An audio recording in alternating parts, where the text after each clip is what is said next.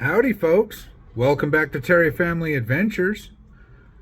I don't know what made this Barry turn to the dark side, but today we're going to shed some light on a subject that everybody keeps asking me about.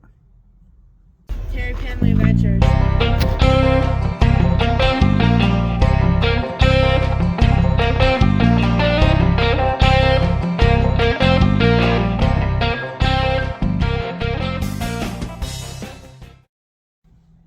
So quite often I get asked, hey, will my Honda Ridgeline make it up so-and-so trail? Or will my Dodge Dakota make it up that trail? Well, we're going to give you a way to rank your vehicle by taking some simple measurements and give you a scoring system that will let you know about what level of trail your vehicle will handle. So we're going to be drawing it out on the dry erase board here. Let's dive right in. So first off, what really, a big indicator is if you have a four-wheel drive system. Do all four of your tires turn, or are you only two-wheel drive? And so being all-wheel drive or four-wheel drive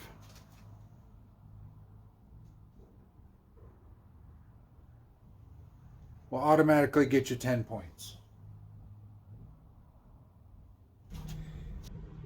After that, 4x4 low. Like, do you have a low range in your differential, or are you just a one-speed differential box? Like most of your Subarus, most all-wheel drive vehicles, your little crossovers and stuff, most of those don't have a low range. Even some of the Grand Cherokees, like IO, don't have a low range in them.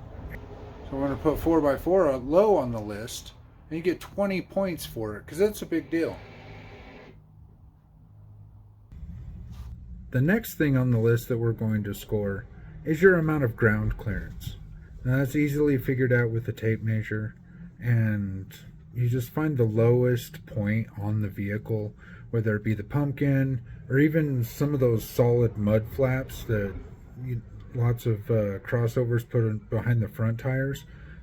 No, those, if they stick down low, that's your lowest point, because we're going to take, we're going off-roading. You're going to tear them off if you don't count them. So let's add ground clearance to the list. So we're just going to call it GC to make things easy on us. Now, if you have more than 9 inches or 9 inches of ground clearance, we're going to go ahead and give you 5 points. But for every inch above 9 inches that you've got, you can go ahead and give yourself another point. So if you've got 13 inches of ground clearance, you're going to get 9 points in this section. Now that we've dealt with that, let's move on to our next topic, which is lockers. Now, you can have 3 sets of lockers. You have front lockers, your center differential locker, and your rear locker. Add that to the list right here.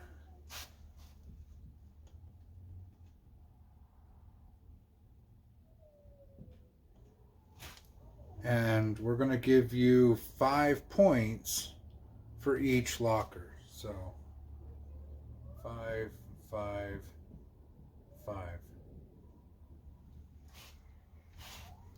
Which takes us to our next thing, which is your breakover angle, your approach angle, and your departure angle. We're going to go out there and show you how to take these measurements. Alright, so we're going to figure out our approach angle. We get this piece of plywood. We've got our angle finder on our device here. We're just going to put it up underneath the front tire there. And we're going to raise it up until it touches the bumper. We'll get our angle.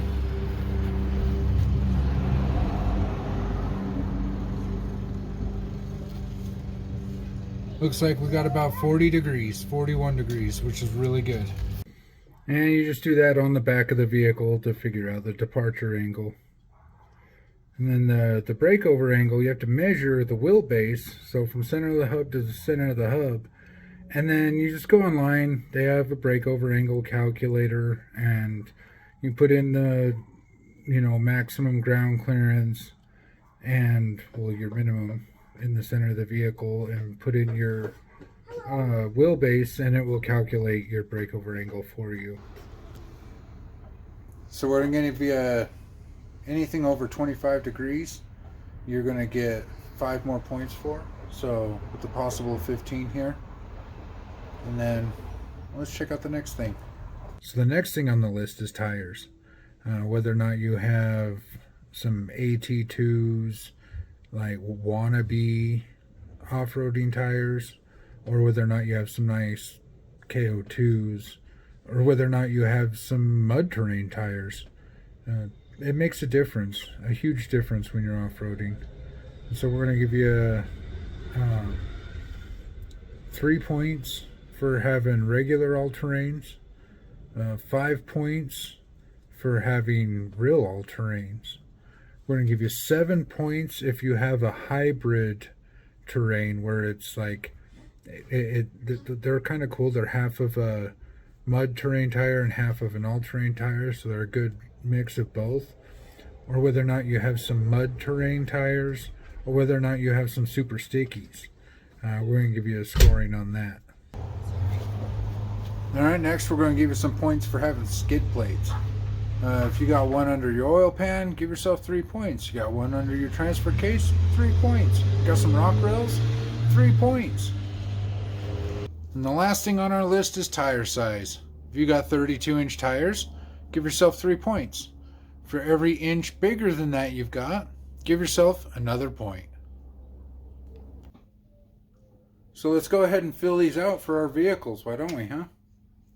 So the Dodge gets 10 points because it is 4-wheel drive, and so does the Jeep. Both vehicles have 4-wheel drive low, so they both get 20 points. The Dodge only has 8.5 inches of ground clearance, so it don't get no points there. But the Jeep has 10 inches of ground clearance, so it gets 6 points there. Now for lockers, both the Dodge and the Jeep have a center locker, but they're both open differentials. For the approach, breakover, and departure angle, the Dodge gets 15 points. It has all the good angles. It has like, what do we say, 30 or 40 on the front, and it had 30 on the rear, and its breakover was over 25. But the Jeep only has an approach angle, so it only gets 5 points. Now the Dodge has real all-terrains on there, so it gets 5 points. But the Jeep has the mud terrains on there, so it gets 9. The skid plates are rock rails. The Dodge has none. The Jeep only has rock rails on there now, so we'll give it the 3. And then tire size, the Dodge only has 31s. So we're going to do something funny here. We're going to subtract a point. We'll give it 2. But the Jeep has 32s, so it gets the 3. Well, we'll add those up real quick. 30, 40, 50, 7. And 30, 40, 55, 56, 57, 58, 59, 60, 61, 61. And so at this point, if you want to know what trail you can go on, you just move the decimal point back 1 spot. So the Dodge has a 5.7 and the Jeep 6.1.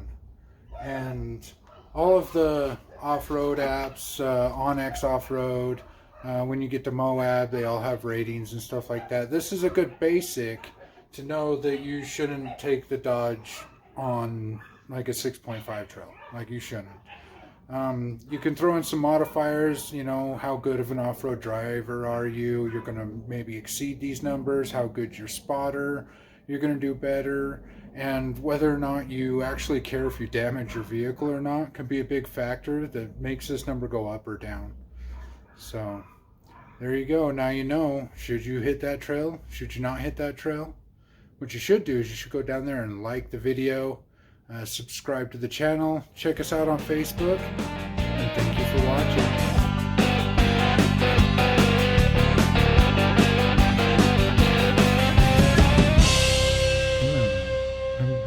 I'm trying to do something. Not now. What are you doing? Hey. Say hi to everybody. Hi.